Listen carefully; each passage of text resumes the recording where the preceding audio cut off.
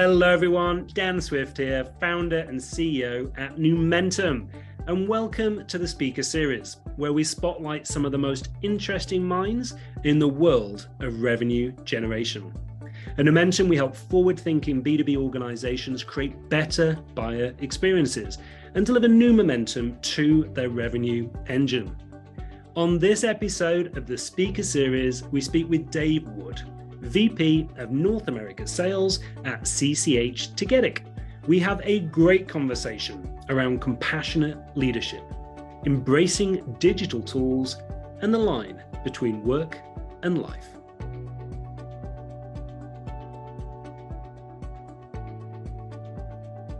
Well, let's kick it off. Dave, tell us a little bit about what you're doing right now at CCH Tagetik.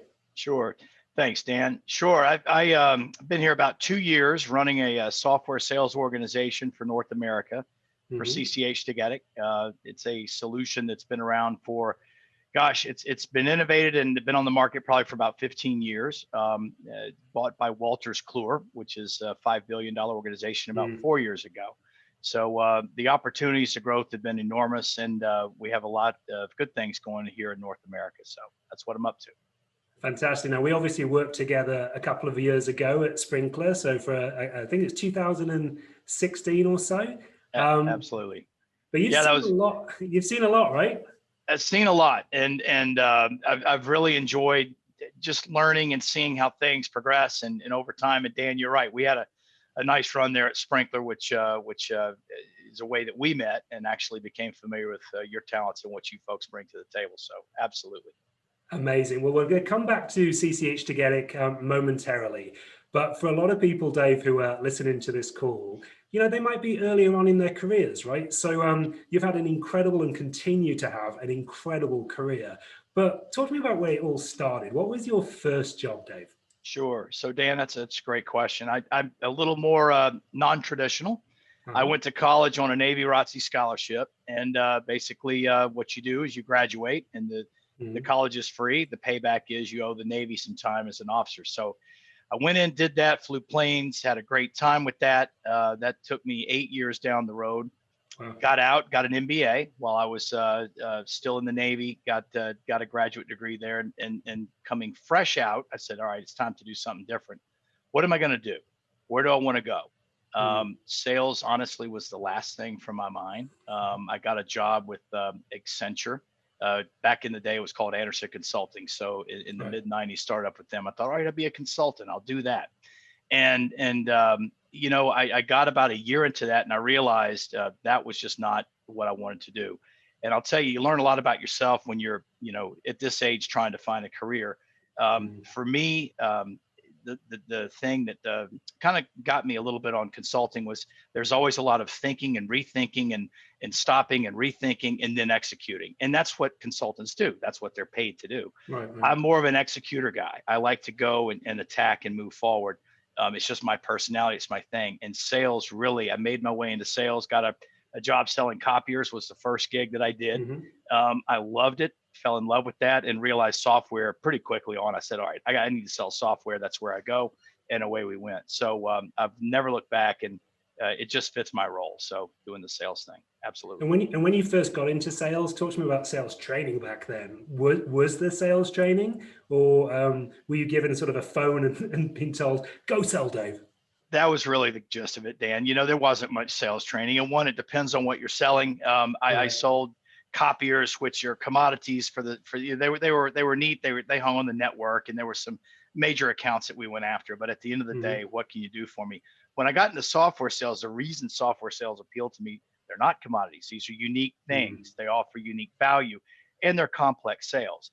And I was with a little company that got bought by Cognos. I think most of you remember what Cognos was, had a nice run there. Cognos basically had no sales training. You just kind of got there. You had to figure this out on your own, and away you went. So it's very refreshing in this day and age to see a lot of opportunities for sales training if you're young trying to get in this role. Couldn't recommend that more. So absolutely. And SaaS sales, right? So you found yourself at this point in your career working at one of the leading companies in the space with an incredible solution for customers. but you are targeting notoriously challenging people to get in front of, all right, and then sell to and negotiate with. So how are you navigating that as a sales organization? It's a tremendous point you bring up. We call that, Dan. So what we do here, we've got a great solution, world class. It's in a white hot space. But the thing that we do spend a lot of time at Tagetik talking about is selling off product, is selling to people, hearts and minds and contacts, and working with that. It's without that we do not close business, just because of the competitive nature and the things like that.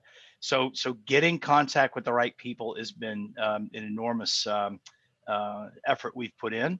We look at relationships, we leverage partners, we do anything that we can to, Wolters Kluwer is a pretty company.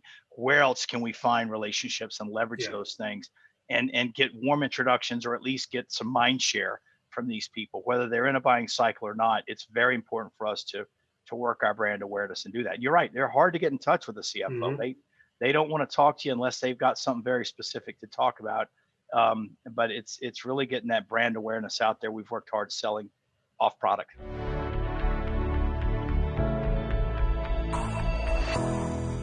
So a lot of people listening will be thinking VP of Sales, North America. How do I get there? Sure. And careers they're not linear. At least most are not linear. So have there been 1, 2, 3? You mentioned one when you came out of the naval world into the corporate America world. So maybe that's one. But have there been other pivotal moments in your career that you look back on and think, yeah, that was a defining moment? I do. There were a couple of times where, I started off as a sales individual contributor, and I loved it. So first you find your passion. What do you love doing? If you get up in the morning, we all have good days, bad days, but find the one piece of advice is find your passion. If you do that, and you know it all too well, what you're doing there in Empire, you'll never work a day in your life. Right. You still have good days, you still have bad days. So I knew I found my passion there at sales. Worked on that really hard, did really well. And then I got promoted into managerial roles, which is a different thing. So it's not for everybody. Do you like this? Do you not? Is this a fork in the road that you want to do? And there were two pivotal moments. I believe one at Cognos when I got promoted and I got tapped to run the Southeast region.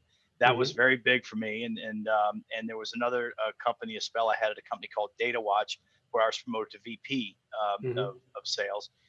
Both of those opportunities, Dan, were organic. They were, hey, you're here, you've done great, we're going to put you up in this role. Once I got into that leadership space, I really appreciate my Navy probably assets came back, right? And I, the leadership side of things, the taking care of things, hiring people and doing all those things really was a new passion that kind of unleashed in this world. And I found where I am, and that's where it is. So my track is probably more linear, but it's come by hard work and determination, and then getting an opportunity and taking it. Don't be afraid to take that opportunity. And if it's not for you, it's fine. Go do something else. You don't have to there's no rule that says you have to be in leadership. You have to roll up.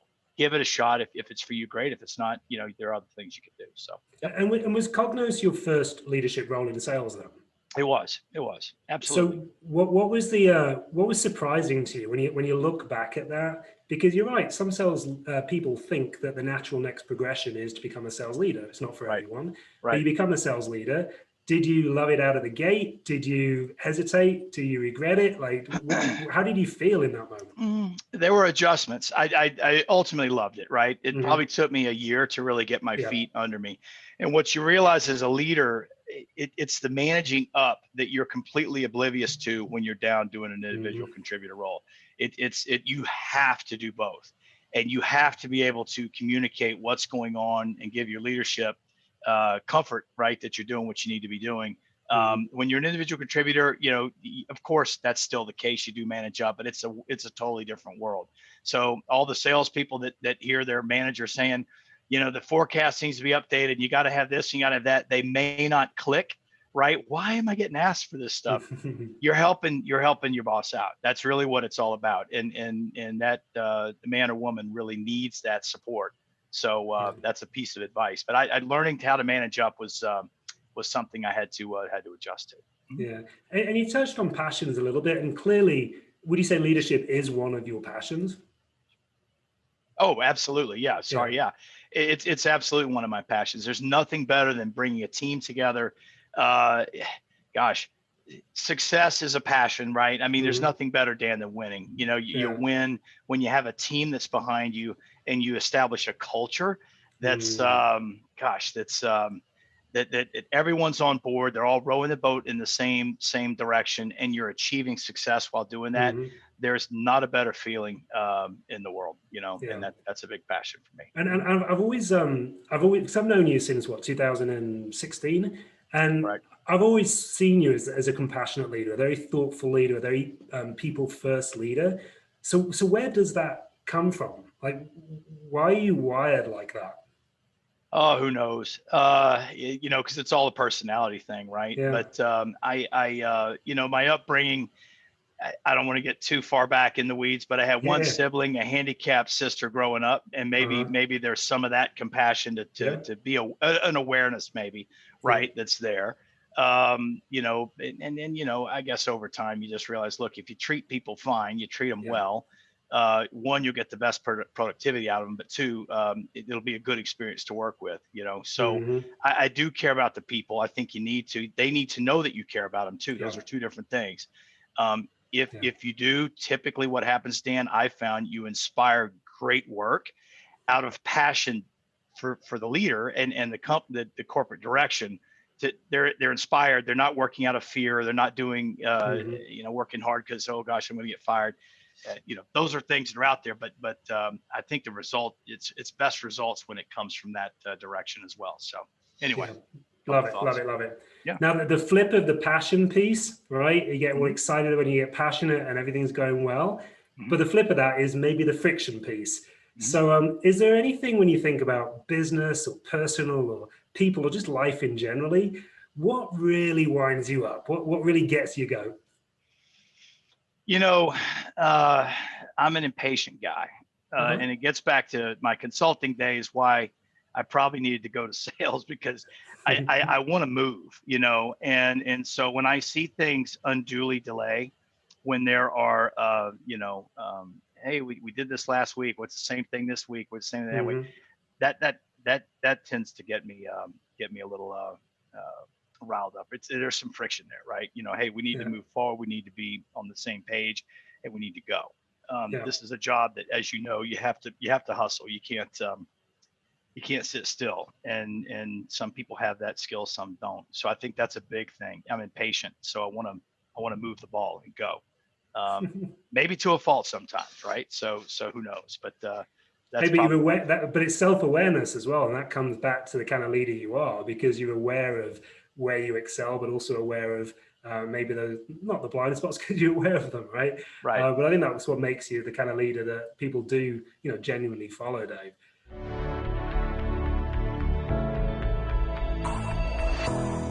Let's bring it to Empire a little bit. So you mentioned earlier on, you're CCH Tagetik, you're part of the Wolters Kluwer brand, so very well-known brand.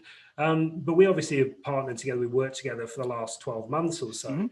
When you think back to some of the pivotal moments and some of the key learnings from partnering with Empire, what are the one or two things that are your biggest takeaways from the experience so far? Sure. Well, Dan, I'll tell you, one of the things that was really big is, again, getting back to what we have to do at Tagetik. We have to sell off product. We have to be able to successfully do that.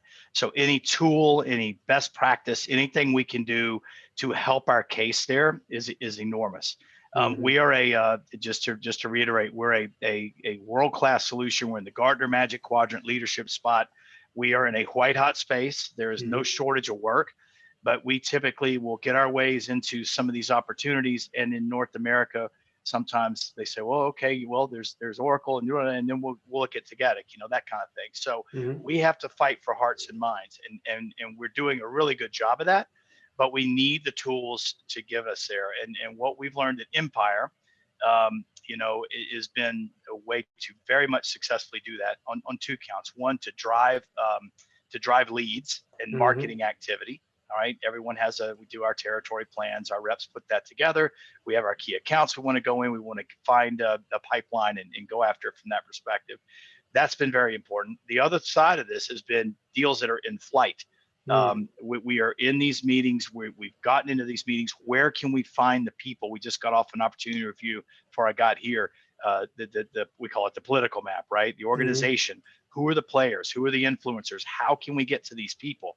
And Dan, we have a meeting using your tips and tricks. We have a meeting Monday, 5-hour meeting with the big company. We found that the CFO there, she is actually connected with the CFO of one of our customers just by using these empire tactics, right?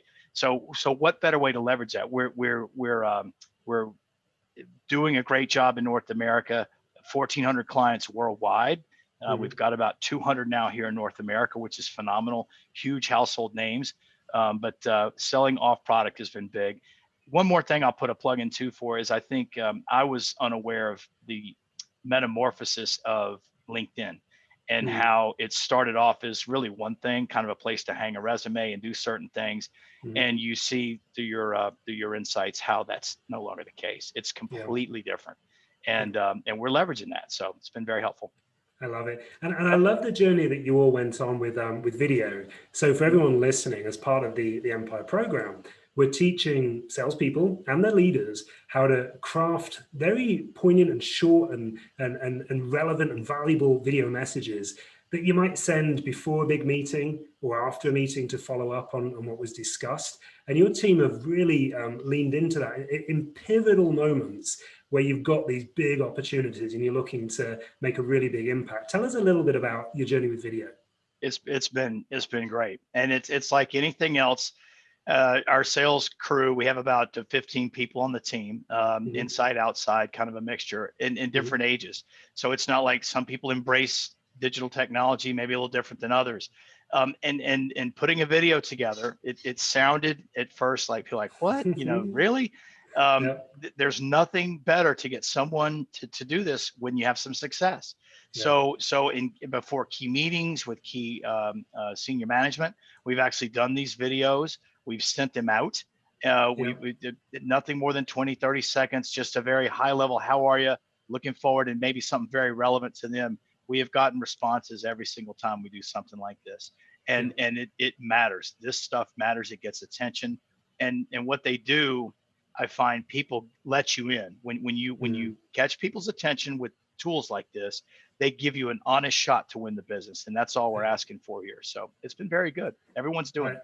So I love it. It's funny, we talk a lot at Empire about bringing the human back into business, but definitely into sales and the way we engage with the people we're ultimately trying to sell to. And we've seen that with your team, that they're looking for, like you mentioned, warm opportunities, warm paths into conversations, but also a lot about the CCH brand itself. So we see your people sharing quality content in the LinkedIn feed through their posts. And it's educational, right? You learn a lot about CCH from just seeing the content that your people are posting. And that's not a skill that I think comes naturally to salespeople, posting and promoting, essentially being an extension of the brand for the business. But talk to us a little bit about your people and their journey there. Well, you bring up a great point because, first of all, you need to realize that this platform, LinkedIn, is a promotional solution. It's a way for you to put your brand out there, and brand can be, yes, Wolters Kluwer, yes, Tagetik. I think when most people think of LinkedIn, they always think of come join our webinar, webinar, do this, do that. Certainly there's a place for that, but it's so much more than that, right? Because what you're building is, yes, I'm building my corporate awareness and brand, but I'm also working in personal content. I'm working in, just stuff that has nothing to do with Tagetik, right? It's about maybe professional stuff that I need to do. And that's not easy. It's not something that everyone naturally does, but they're doing it. And you do see people that obviously respond well to it. And Dan, I mean, some of the biggest hits that we get are personal things that we put out there, right? Where people see what's going on. It makes you interesting. They want to engage with you. And I think that's been big as well. So absolutely. It's been interesting. I got a message from someone we trained years ago, and he said to me, "Do you see LinkedIn changing a little bit in terms of the nature of what people are posting about?" And he said he's seen a lot more personal content on LinkedIn where people are kind of sharing a little bit more about their lives. And I responded and said, "Well, absolutely. These platforms change based on where the world is. And guess what? Many of us have been working at home for 15 months." Right, so that line between work and life is kind of a little bit more blurred, and I'd love your take on this. I think people are craving that human interaction so much. Sure. So when people do get a bit vulnerable, right, and do post something about something that might not be strictly work related, but there's a link, people are really biting off on that. Are you seeing that yourself? 100%. And you know, you're human. You're not as threatening. You're not, hey, let me sell you something, right? It's again, to me, it's about letting the guard down and then having an honest conversation. Once the guard comes down, people then will say, okay, let's have an honest conversation about what maybe you can do and what some of our business pain is and those kind of things. And that human touch, Dan, is very, very vital and important.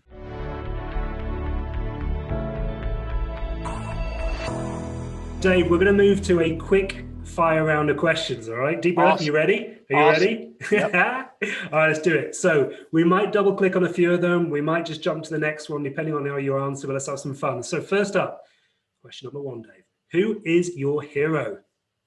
Oh, my hero, probably my dad. He's got to be the number one guy. He's still around. He's 85, and he's shaped the majority of what I am today. So, yep. Amazing. Best sales kickoff that you've ever been to, and why? CCH Tagetik, Milan, Italy, 2 years ago, right before COVID hit, actually. And the locale and the content, it was spectacular. So, yep. Amazing. Are you a morning lark or are you a night owl?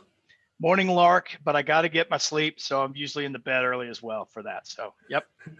Last Halloween costume, Dave? I dressed up like Kiss. I was Gene Simmons. True story. Was that the last one? Was that was the last one? I mean, 2 years ago, right? I don't think we had one the year before, but Kiss is my favorite band, and that's a great Halloween costume, by the way. I put a plug in for it. So, yep. Love it. Favorite city in the world? Gosh, man, that's a good one. You know, Rome, Italy's pretty special. I think that's a neat place. I'd probably say Rome. Yep. Any city or country that you haven't been to that you'd love to go to? Yes. I want to go to Spain and I want to go to Portugal. And I know those are two countries. They're right there. In the Navy, I was a West Coast guy. I went all over Asia Pac, did everything. In Europe, I've been picking off, but have not been to Spain, which is ironic. So, yep. Love it. What brings you joy? Oh, joy. Well, professionally, it's winning deals and seeing people be successful underneath me, seeing these people learn, pick up stuff, and being successful. Making customers happy too is another joy, probably because they go hand in hand. So I think outside of work, watching those kids grow, man. I got 3 of them, and it's just watching those youngsters become who they are. Has really been, that's probably my passion, you know. Love it. How many cups of coffee a day? No less than 2, no more than 3. Milk, sugar? 0. No, black. Shoot, ruin a good cup of coffee? No way, man. Favorite manager ever? Favorite manager? I have 2. I'll give a shout out to 2 of them. A guy named Michael Morrison, who back in the day taught me a lot of the managerial skills that I have about developing inspiration out of your team. And then a guy named Steve Smith was another one. Steve taught me the importance of being really good with your people, taking care of your people. Those two kind of morph together. What would you tell your younger self? My younger self. Well, you know, find your passion. Go out, find your passion. Don't be afraid to mess up. In fact, you're not going to find your passion if you don't mess up. I think that's key.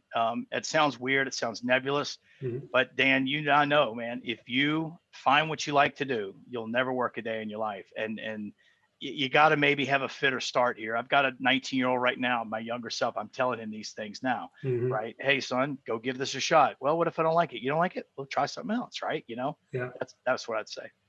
Love it.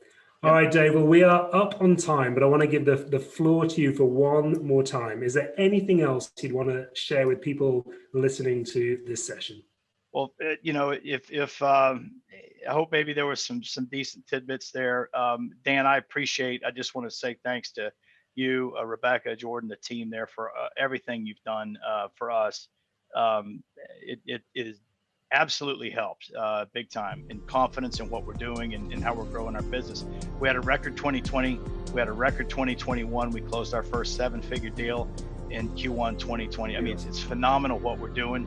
And, you guys have a big influence on that. So we appreciate it.